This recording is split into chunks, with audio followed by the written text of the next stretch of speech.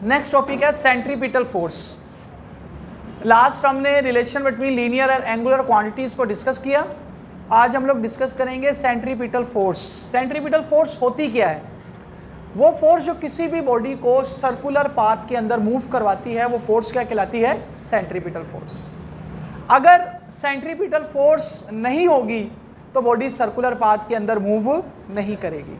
In the absence of centripetal force, अगर एक body circular path के अंदर मूव कर रही है और आप किसी भी पॉइंट के ऊपर सेंट्रीपिटल फोर्स को खत्म कर देते हैं तो बॉडी कहाँ मूव कर जाएगी?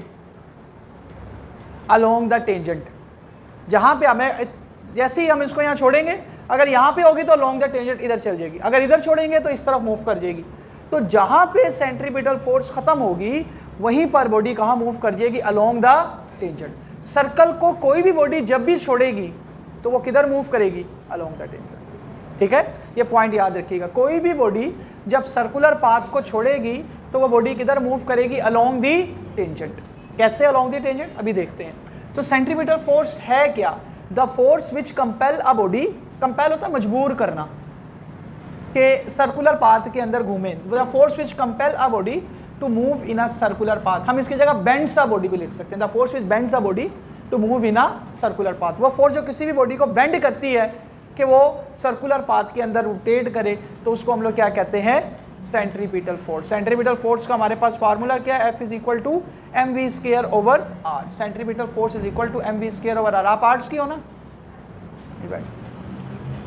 अभी नीचे मिस के पास नहीं बिठाया उन्होंने आपको? तो मिस है नहीं, ठीक। F is equal to m v square over r. हमने इस फार्मूला को भी प्रूफ भी करना है। अब देखिए, हमारे पास एक बॉडी है और ये बॉडी अभी इनिशियली इस पॉइंट के ऊपर मौजूद है, और ये पॉइंट जो है इस बॉडी का, इसको मैं पॉइंट ए कह देता हूं। इस पॉइंट के ऊपर बॉडी की वेलोसिटी जो है ना, वो हमारे पास इस तरफ है। वेलोसिटी हमेशा टेंजेंट होती है सर्कल के रेडियस की। इसकी वेलोसिटी को मैं कह देता हूं v1।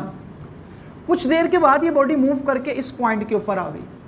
जब बॉडी मूव करके इस पॉइंट के ऊपर आई तो यहां पर जो पॉइंट है, मैं इसको कह देता हूं पॉइंट बी, और इस पॉइंट पर बॉडी की जो वेलोसिटी है उसकी डायरेक्शन ये आ गई। देखो, अब वेलोसिटी की डायरेक्शन यहाँ से यहाँ पर आते हुए, इधर वेलोसिटी इस तरफ थी, यहाँ पे आई तो वेलोसिटी की डायरेक्शन चेंज होगी। वेलोसिटी की डायरेक्शन हमारे पास हर पॉइंट के ऊपर चेंज हो रही होती है, और वेलोसिटी हमेशा कहाँ होती है? Along the tangent. इसी की मैं बात कर रहा था कि जब बॉडी को हम रिलीज करेंगे तो बॉडी किधर मूव करेगी? Along the tangent. अच्छा, आर्क लेंथ में जो डिस्टेंस कवर किया है, आर्क लेंथ में डिस्टेंस कवर किया है s, ये डिस्टेंस है आर्क लेंथ का, और एंगल कवर किया है थीटा, और बॉडी का रेडियस है r। बॉडी का रेडियस कितना है? r। और ये पॉइंट है हमारे पास ओरिजिन का पॉइंट। अब आर्क लेंथ में a से b तक जाते हुए डिस्टेंस है s। अगर मैं डिस्प्लेसमेंट की बात करूं, a से b तक जाते हुए डिस्प्लेसमेंट कितना कवर किया, इसके लिए मैं एक स्ट्रेट लाइन ड्रॉ कर दूंगा। ये स्ट्रेट लाइन मुझे क्या शो कर रहा है? डिस्प्लेसमेंट। a से b तक बॉडी ने डिस्प्लेसमेंट कितना कवर किया है। अच्छा, सेंट्रीपिटल फोर्स की जो डायरेक्शन है, जब इस बॉडी को हम सर्कुलर पाथ के अंदर मूव करवा रहे हैं तो सेंट्रीपिटल फोर्स की जो डायरेक्शन होगी वो डायरेक्शन हमारे पास कहाँ होगी? Toward the centre. और यहाँ पे भी हमारे पास सेंट्रीपिटल फोर्स जो है इसकी डायरेक्शन कहाँ होगी? टुवर्ड द सेंट्रीपिटल फोर्स की डायरेक्शन। आप किसी भी पॉइंट के ऊपर अगर बात करें तो सेंट्रीपिटल फोर्स हमेशा इसकी डायरेक्शन कहाँ रहती है? Toward the centre. ये वेलोसिटी की डायरेक्शन, टेंजेंट वेलोसिटी। यहाँ पे आएंगे तो यहाँ पे भी centripetal force toward the centre ही रहेगी, और वेलोसिटी की डायरेक्शन इधर होगी। और यहाँ पे तो सेंट्रीपिटल फोर्स हमेशा टुवर्ड द सेंटर ही होगी किसी भी पॉइंट पर। और अगर आप किसी भी पॉइंट पे बॉडी को रिलीज करेंगे, अगर मैं यहाँ पे छोड़ देता हूँ बॉडी को, तो बॉडी फिर सर्कुलर पाथ में मूव नहीं करेगी, बल्कि किधर मूव करेगी? Along the tangent. यहाँ पे इधर नीचे मूव करेगी। तो बॉडी, ये जो मैं v बना रहा हूँ, ये वेलोसिटी अलोंग द टेंजेंट है। जिस पॉइंट में भी हम बॉडी को रिलीज करेंगे, body along the tangent move करेगी। अच्छा, अब मुझे इस बॉडी की सेंट्रीपिटल फोर्स कैलकुलेट करनी है जो बॉडी सर्कुलर पाथ के अंदर मूव कर रही है। मैंने उसके दो पॉइंट चूज कर लिए हैं, ए, और ये पॉइंट कौन सा है? Point B. अच्छा, अब सेंट्रीपिटल फोर्स निकालने से पहले मैं कैलकुलेट करता हूं सेंट्रीपिटल एक्सेलरेशन, क्योंकि बॉडी में जितना एक्सेलरेशन प्रोड्यूस हुआ होगा बॉडी में उतनी ही फोर्स प्रोड्यूस होगी। तो पहले हम लोग एक्सेलरेशन कैलकुलेट करते हैं एक्सेलरेशन जब आ जाएगा तो एक्सेलरेशन की वैल्यू को यूज करते हुए क्या कैलकुलेट कर लेंगे, फोर्स। अच्छा, एक्सेलरेशन का फार्मूला क्या होता है, acceleration is equal to change in velocity over time.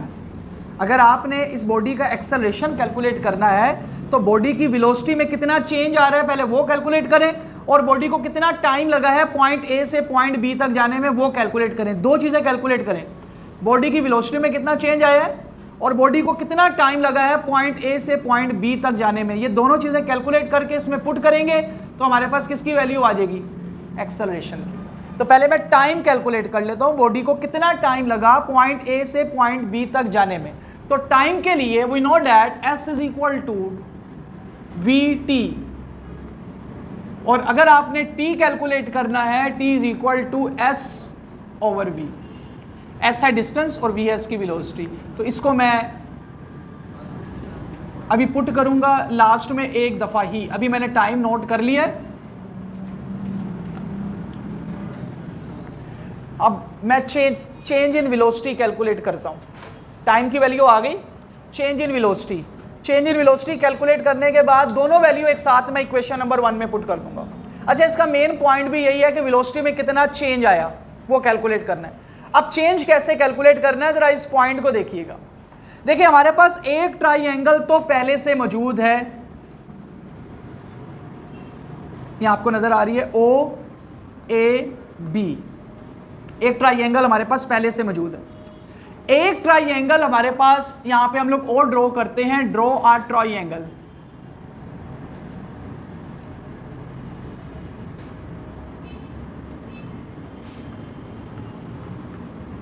PQR। अब ये ट्राइएंगल कैसे ड्रॉ करनी है, जरा इस पॉइंट को देखें। यहां पर वेलोसिटी की डायरेक्शन ये है, और जब यहां पर आए तो वेलोसिटी की डायरेक्शन चेंज होगी। अगर मैं इस वेलोसिटी को यहां पे एज इट इज उठाऊं और यहां पे लाके प्लेस कर दूं तो देखिए V1 हमारे पास जो है, V1 हमारे पास इस तरफ है, और जब हम यहां पर आए तो V2 की डायरेक्शन जो है वो चेंज हो गई।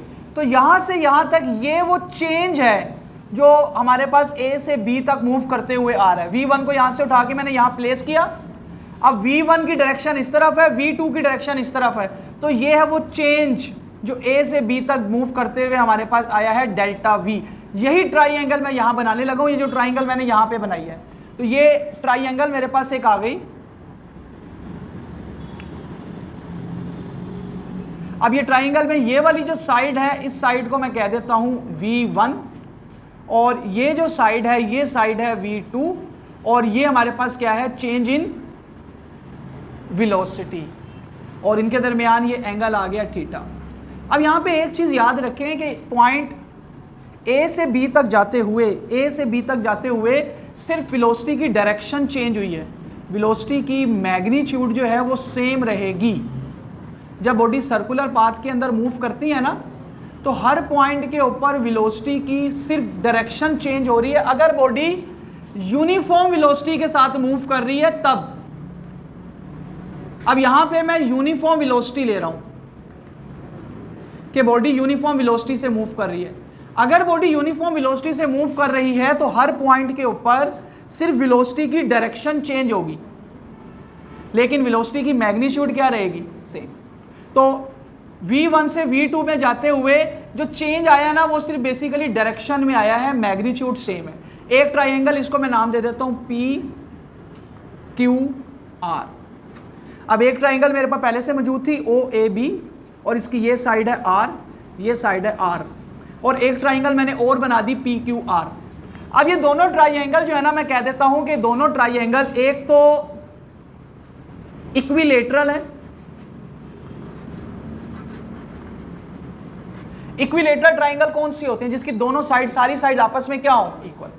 और दूसरे नंबर पे ये दोनों ट्राइंगल आपस में आइसोसेलेस हैं। आइसोसेलेस कौन सी ट्राइंगल्स होती हैं, जिनकी दो साइड सेम होती हैं।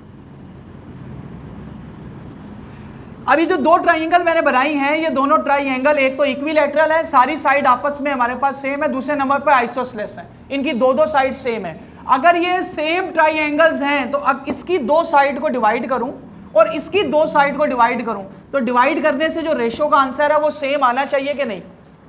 अगर तो सेम ट्राइंगल है तो इसकी दो साइड्स को और इसकी दो साइड्स को जब डिवाइड करूंगा तो रेशो का आंसर क्या आना चाहिए, सेम। तो देखें इसकी दो साइड मैं लेने लगा हूं, so side A B divided by, इनमें से क्योंकि दोनों सेम है कोई एक साइड ले लो, क्योंकि ये भी आ रहा है ये भी आ रहा है, एक साइड मैंने ले ली आर, डिवाइडेड बाय इसकी भी ये एक साइड ये ली डेल्टा वी, और दूसरी साइड इन दोनों में मैंने अभी आपको एक बात की कि ये दोनों मैग्नीट्यूड में क्या है, सेम है, सिर्फ फर्क किसका आ रहा है।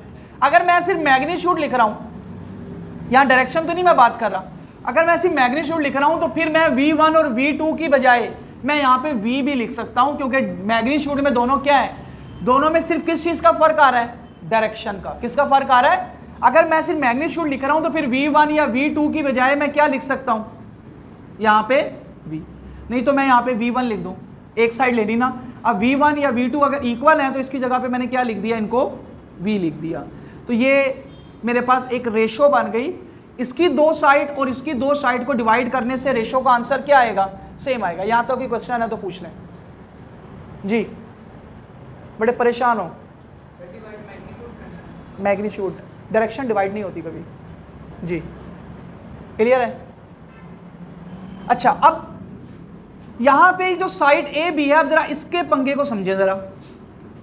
अब ये जो ट्राइंगल आपको बनी हुई नजर आ रही है, इसमें ये जो अंदर वाली लाइन नजर आ रही है ये है ए बी साइड, और ये जो बाहर कर्व लाइन है ये लाइन हमारे पास है इसका डिस्टेंस।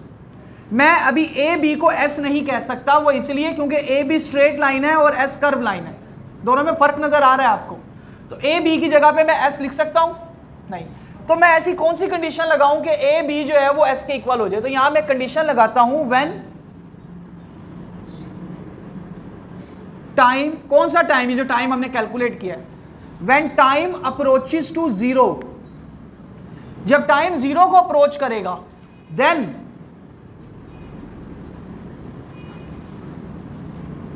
ए बी, जो साइड ए बी है वो इक्वल हो जाएगी एस के, then side A B is equal to S.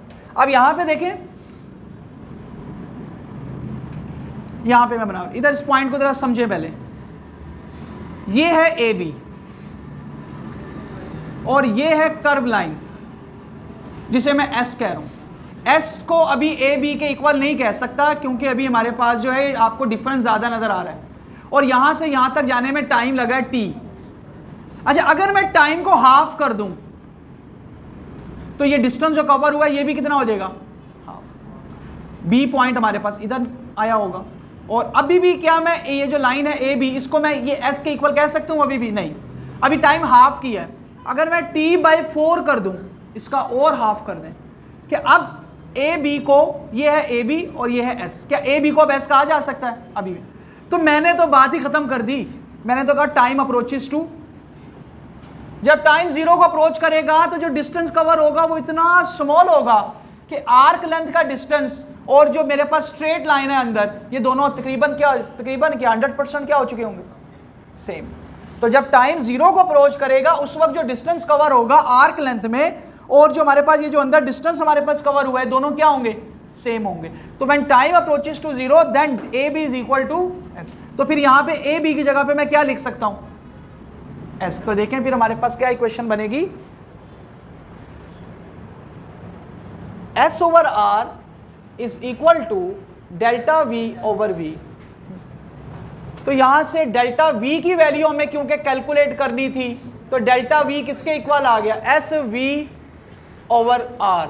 ये दोनों वैल्यू आपके पास आ गई, डेल्टा वी की भी और डेल्टा टी की तो आपने पहले ही कैलकुलेट कर ली। दोनों वैल्यू कहां पुट करें, put in equation number 1, equation 1 में पुट कर दें। देखिए मेन मसला सिर्फ कौन सी वैल्यू कैलकुलेट करने का था, डेल्टा वी। डेल्टा टी तो आपने एक स्टेप में कैलकुलेट कर लिया, डेल्टा वी के लिए ट्राइंगल बनाई, उसको रिलेट किया और उसके बाद हमारे पास वहां कंडीशन लगाई, उसके बाद डेल्टा वी की वैल्यू आई। तो पुट इन इक्वेशन 1, इक्वेशन 1 में पुट करें, acceleration is equal to delta V की जगह क्या आ जाएगा, एस वी ओवर आर, और डेल्टा टी की जगह पे क्या आएगा, एस ओवर वी। तो यहां से ये जो एस है एस से कैंसल हो गया, v ऊपर आके मल्टीप्लाई होगा, तो ये आ जाएगा v स्क्वायर बाय r। तो ये सेंट्रीपिटल एक्सेलरेशन का फार्मूला आ गया। सेंट्रीपिटल एक्सेलरेशन क्या होता है? v square by r। अब अगर मैं इसको वेक्टर फॉर्म में लिखूं तो वेक्टर फॉर्म में v स्क्वायर बाय r और r का यूनिट वेक्टर जो है हमारे पास साथ एक माइनस साइन हमारे पास आएगा जब भी वेक्टर में फॉर्म में लिखेंगे। क्यों माइनस साइन आया? क्योंकि जब बॉडी सर्कुलर पाथ के अंदर मूव करती है तो सर्कुलर पाथ में जो रेडियस है, रेडियस हमेशा रेडियस की डायरेक्शन आउटवर्ड होती है, और सेंट्रीपिटल फोर्स भी और सेंट्रीपिटल एक्सेलरेशन भी दोनों की डायरेक्शन इनवर्ड होती है, फोर्स भी और एक्सेलरेशन भी। तो देखिए रेडियस के रिस्पेक्टिव मैंने डायरेक्शन निकाली है, तो रेडियस क्योंकि आउटवर्ड है और रेडियस हमेशा आउटवर्ड रहेगा और एक्सेलरेशन इनवर्ड है, तो दोनों के दरमियान एंगल कितना आ गया? एक दूसरे के ऑपोजिट है ना दोनों, रेडियस और एक्सेलरेशन एक दूसरे के क्या है? ऑपोजिट। इस ऑपोजिट साइन की वजह से यहां पे नेगेटिव आया। तो नेगेटिव किस वजह से आया? कि रेडियस और एक्सेलरेशन दोनों एक दूसरे के क्या है? ऑपोजिट। अच्छा, उसके बाद ये हमारी इसकी वेक्टर फॉर्म आ गई।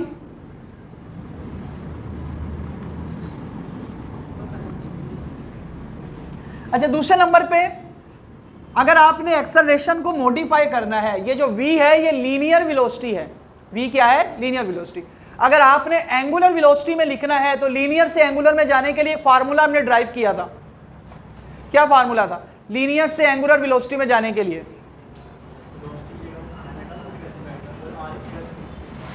आर की जगह पे थीटा पुट कर दें, वेलोसिटी की जगह पे ओमेगा पुट कर दें। क्या पी रिलेशन बताएं क्या था? क्या पुट करना है वो मैं कर दूंगा, मुझे फार्मूला बताओ।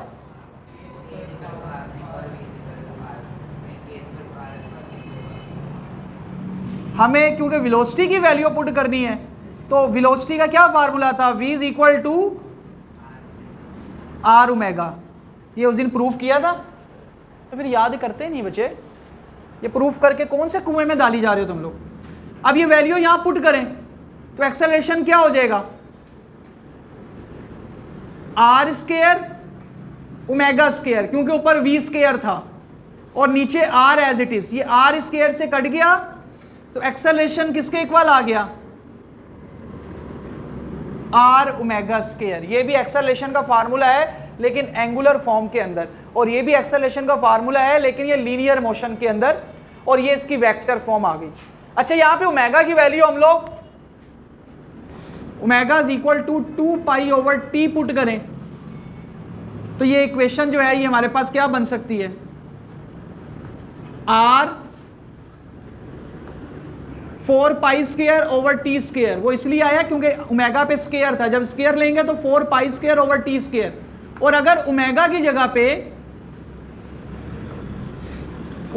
जगह पे 2 पाई एफ पुट करें तो एक्सेलरेशन का फार्मूला क्या होगा? r 4 pi square into F square. तो ये सारे एक्सेलरेशन के ही फार्मूलाज हैं, लेकिन आपने ये देखना है कि हमें गिवन डाटा कौन सा गिवन है, हमने वो वाला एक्सेलरेशन फिर यूज करेंगे। अब न्यूमेरिकल के अंदर आपको फ्रीक्वेंसी दे देता है और रेडियस दे देता है। न्यूमेरिकल में आपसे कहता है सेंट्रीपिटल एक्सेलरेशन कैलकुलेट करें, और आपको गिवन डाटा क्या देता है? फ्रीक्वेंसी, और तो आप ये फार्मूला यूज करेंगे। अगर न्यूमेरिकल में आपको टाइम पीरियड और रेडियस दे तो फिर ये फार्मूला यूज करेंगे।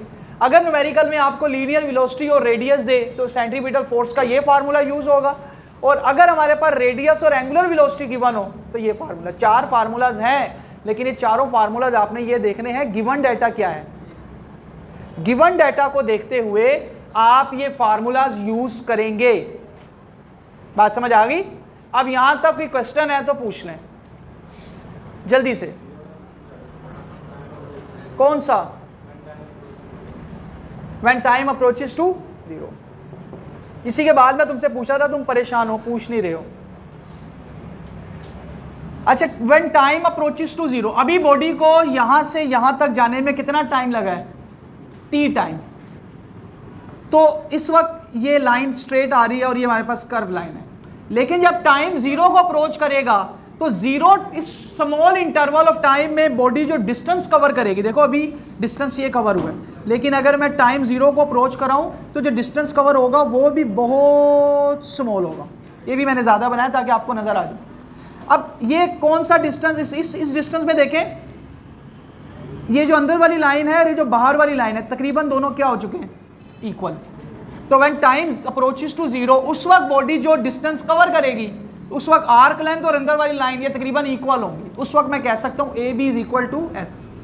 इसकी कंडीशन है but time approaches to zero. समझ आ गई बात की? तो और कोई क्वेश्चन इसके अंदर गर्ल्स में?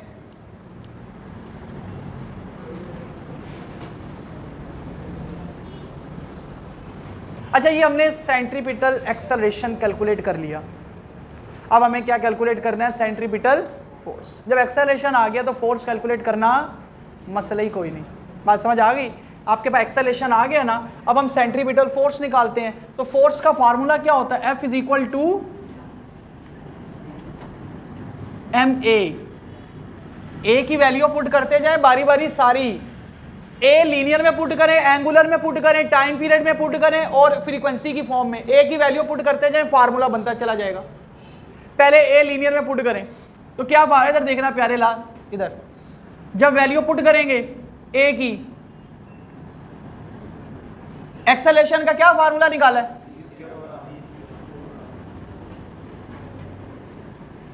यही फार्मूला है। पहला फार्मूला आ गया सेंट्रीपिटल फोर्स का। वेक्टर फॉर्म में लिखोगे, वेक्टर फॉर्म में लिखोगे तो साथ एक माइनस साइन आ जाएगा, क्योंकि सेंट्रीपिटल फोर्स की डायरेक्शन जो है वो टुवर्ड द सेंटर है और रेडियस की डायरेक्शन किधर है? आउटवर्ड। तो वेक्टर फॉर्म में अगर आप लिखेंगे तो साथ एक माइनस साइन आएगा। अच्छा, इसके बाद अगर एंगुलर फॉर्म में लिखना चाहते हैं तो ए की कौन सी वैल्यू पुट कर दें?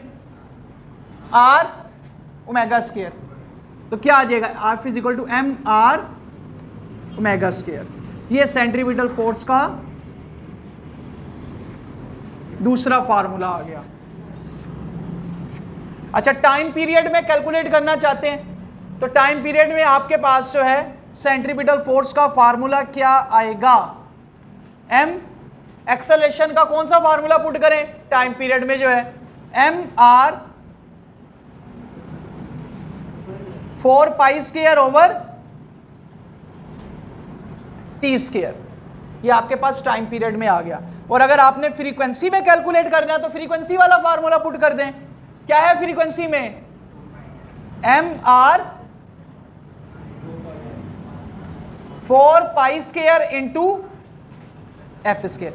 तो देखो सिंपल, मेरे पास 4 एक्सेलरेशन मैंने निकाले थे, चारों बारी बारी पुट कर दिए, तो सेंट्रीपिटल फोर्स की भी 4 वैल्यू आ गई। यहां तक कोई क्वेश्चन? रेडियस ये इसे हम यूनिट वेक्टर कहते हैं। ये डायरेक्शन बताता है, ये आर की डायरेक्शन बताएगा। जब ये आर आएगा, डायरेक्शन वेक्टर आएगा, तो क्योंकि आर की डायरेक्शन सेंट्रीपिटल फोर्स के साथ ऑपोजिट है तो माइनस साइन आ गया। हाँ, ये आपने एक चैप्टर मिस किया है ना यूनिट वेक्टर का, बस ये वही वाला है ना। ये यूनिट वेक्टर हमें डायरेक्शन बताता है, और डायरेक्शन जब भी आएगी साथ वेक्टर फॉर्म आएगी, और जब डायरेक्शन लिखी तो साथ माइनस साइन आया। अब क्या क्वेश्चन है ये पूछो? नहीं, डायरेक्शन जब मैंने वेक्टर फॉर्म में इसको लिखा ना तो माइनस साइन आया।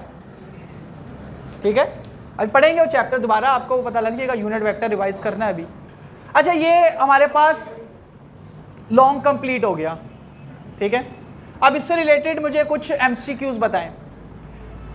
जब सेंट्रीपिटल फोर्स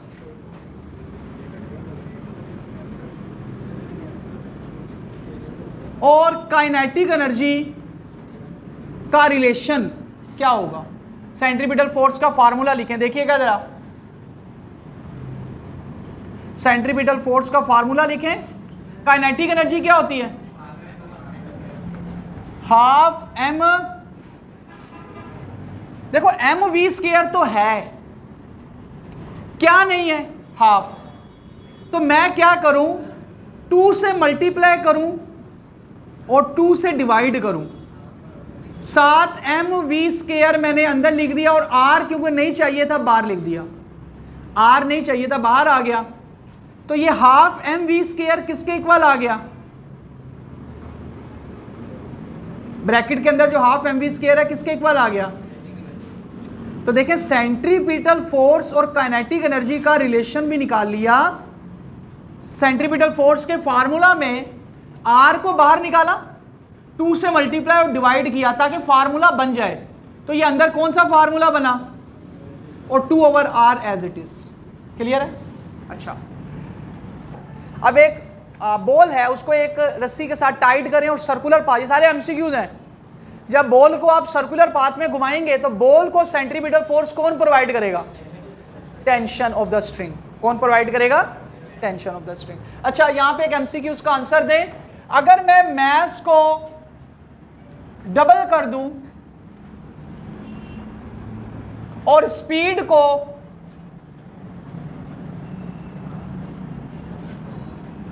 भी डबल कर दें, चले आपके लिए, और आर को हाफ कर दें, तो सेंट्रीपिटल फोर्स की वैल्यू क्या होगी। चले आपका टाइम शुरू होता है अब। अच्छा, ऐसे देखने से नहीं होना, ये वैल्यू पुट करें अभी हो जाएगा, पता नहीं।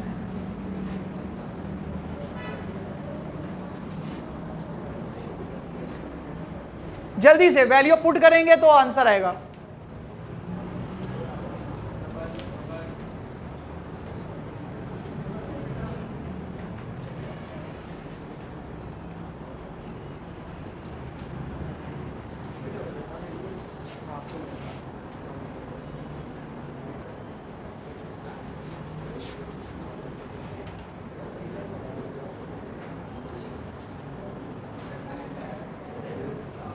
हाँ जी, क्या आंसर है?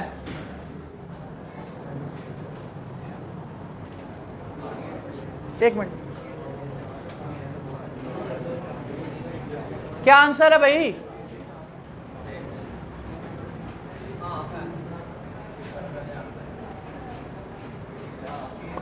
मास को डबल 2m, वेलोसिटी भी double 2v, radius half r/2। करें जी इसको सोल्व, 4 to the 8 और ये भी 2 पर आगे मल्टीप्लाई होगा, mv²/r, तो ये हो गया 16।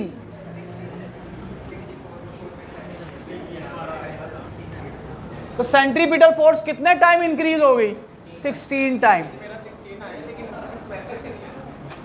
चलें, पता नहीं अब कौन सा मेथड यूज किया है, तो कितने टाइम इंक्रीज होगी, 16 टाइम। सिंपल, आप वैल्यू पुट करें उसके अंदर और सोल्व कर लें। आप लोग जुबानी सोल्व कर रहे होते हैं, 3 टाइम आएगी। कोई क्वेश्चन यहां तक?